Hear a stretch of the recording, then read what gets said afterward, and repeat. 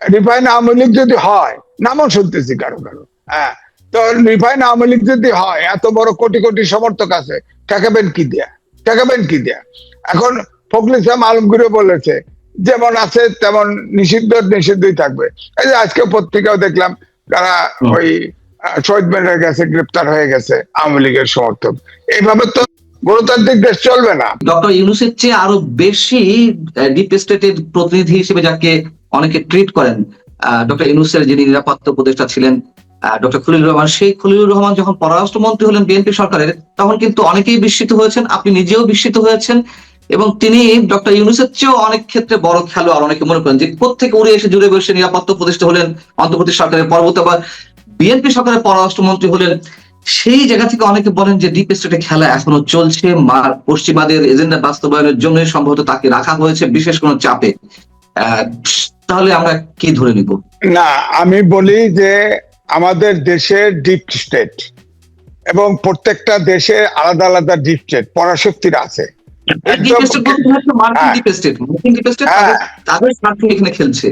হ্যাঁ, এখন এটা ঠিক, ওই পররাষ্ট্রমন্ত্রী যাকে বানানো হয়েছে সে তো অত্যন্ত বিতর্কিত, সে তো খুনের বিচারও হয় নাই। লতিফুর রহমান সাহেব যখন উপদেষ্টা ছিল, তার পিএস ছিলেন তিনি। ওই সময়ে আপনার ফরেন মিনিস্ট্রির এক নারীর সাথে তার পরকীয়া ছিল, তার স্বামী জেনে তাকে মেরে ফেলে, তারপরে সে আত্মহত্যা করে, এরপরে সে পালায়া বিদেশ চলে যায়, আমেরিকা যায়। সে আমেরিকান সিটিজেন। সে তো, আপনি পরাশক্তির যে সিটিজেন হয় তখন তো সেই দেশের প্রতি অনুগত থাকে, তার অরিজিন দেশের সাথে তো, অরিজিনাল দেশের সাথে ইন্টারেস্ট সে দেখবে না। আমাদের দেশে আপনি দেখেন, ব্রিটেনের বাংলাদেশি সিলেটি একজন আনোয়ার চৌধুরী কিন্তু আপনার রাষ্ট্রদূত হয়ে আসছিল বাংলাদেশে। সে কিন্তু আমেরিকান ইন্টারেস্ট, ব্রিটিশ ইন্টারেস্ট কিন্তু রক্ষা করেছে, বাংলাদেশের নয়। এটাই ঠিক। সুতরাং এখন এই যে এখন পররাষ্ট্রমন্ত্রী, তার মাধ্যমে খেলা হতে পারে, তার তো চরিত্র ফুলের মতো পবিত্র, সে করতে পারে। আর এখন তো সব পরাশক্তি ডিপ স্টেট কিন্তু অ্যাক্টিভ, খুব বাংলাদেশ নিয়ে খুব মল্লযুদ্ধ চলছে কিন্তু সাংঘাতিক। এখন আমেরিকা আরো গোপন চুক্তির ভিতরে আরো কি করে ফেলেছে। আমেরিকা তো আপনার ডক্টর মোহাম্মদ ইউনূস আরো দুটো বড় পুরস্কার পেয়েছে, সেই পুরস্কার তো আমেরিকানরাও পায় নাই।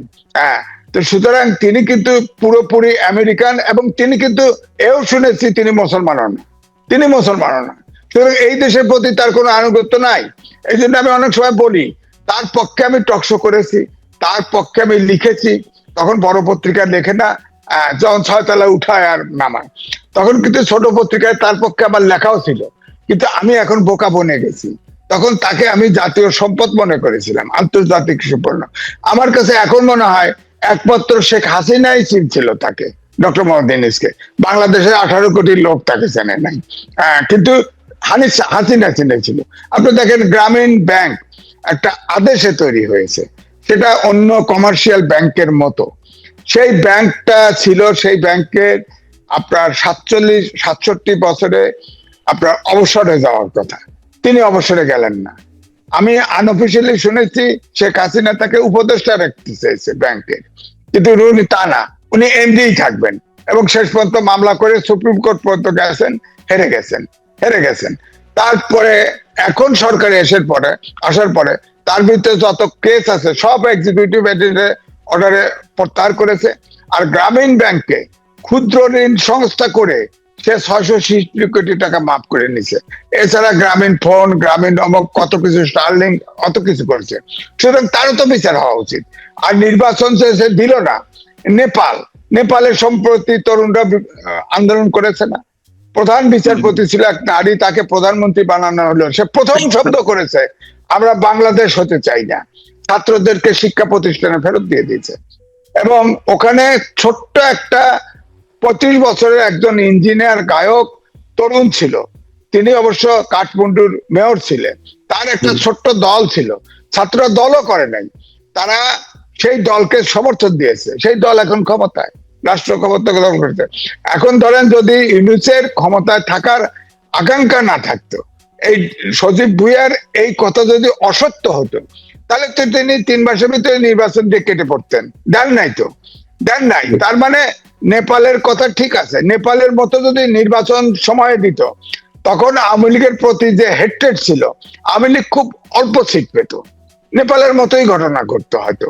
হ্যাঁ, কিন্তু তিনি এখন যে জায়গায় নিয়ে আসছেন, এখন তো আওয়ামী লীগ যারা পালিয়ে গেছে, টাকা অর্থ করে নিয়ে গেছে, কিন্তু যারা আছে তারা তো সমর্থক আছে, তাদের ধর্মগত অধিকার আছে, তারা তো একটা, এখন বলা হচ্ছে যে রিফাইন আওয়ামী লীগ হবে।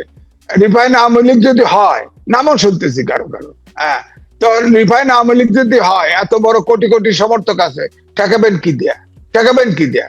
এখন ফখরুল ইসলাম আলমগীরও বলেছে, যেমন আছে তেমন নিষিদ্ধই থাকবে। এই যে আজকে পত্রিকাও দেখলাম, তারা ওই শহীদ মিনারে গেছে, গ্রেপ্তার হয়ে গেছে আওয়ামী লীগের সমর্থক।